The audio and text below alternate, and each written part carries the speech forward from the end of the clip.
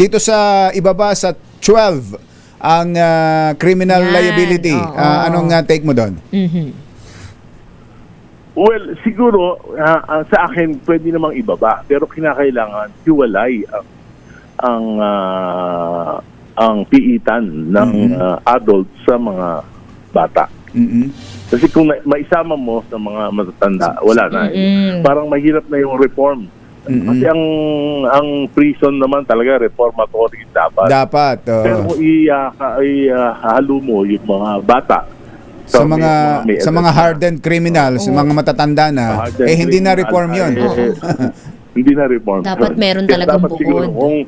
kung may bukod talaga na special at dapat patuloy yung edukasyon nila. Kasi yan naman kundi magiging stunted na lang yung mga yan at wala talagang sa halip na pangalagaan natin yung usbong ang kanilang pagkatao, talagang ibinabaon na lang natin sila. Opo.